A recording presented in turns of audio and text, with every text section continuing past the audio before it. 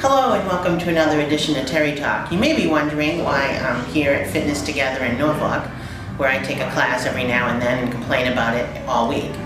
It's because I'm doing a story on superstitions. Specifically, I talked to players on the Norfolk Tides baseball team about their superstitions, rituals, and habits. It was pretty interesting. They range from tapping the plate before an at-bat to a really involved routine involving jumps and hops and skips, and yeah, you'll read about that. So here is one of my superstitions. I always end a workout or pumping gas or anything on the number 7. Why that is, I don't know. So tune in, watch, and maybe you'll pick up some habits of your own.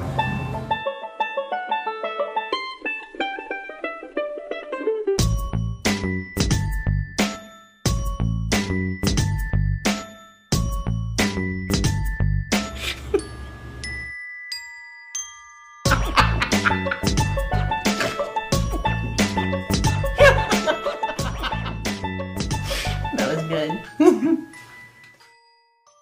You know, this game mimics life in so many ways. You play it every day, you have your ups and downs, you're going to fail every day, you got to get back in the saddle. Right. And I think it's because of that we develop these routines that help us get us through the day. I would compare it to breathing. So it's something that over the course of time, it just it resonates with you, and your routine becomes kind of second nature. The games themselves are tough enough to play.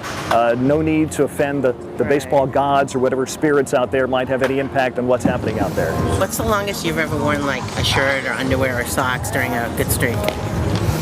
Well, first of all, I haven't washed. I'm not one of those Yeah, they people. stressed that to me too. I will not do that. But I've had this shirt on for BP for 2 years. Obviously, we're going to wash those underwear, but you wear the same ones. Have you ever worn like the same underwear or socks or anything? Without washing it, no.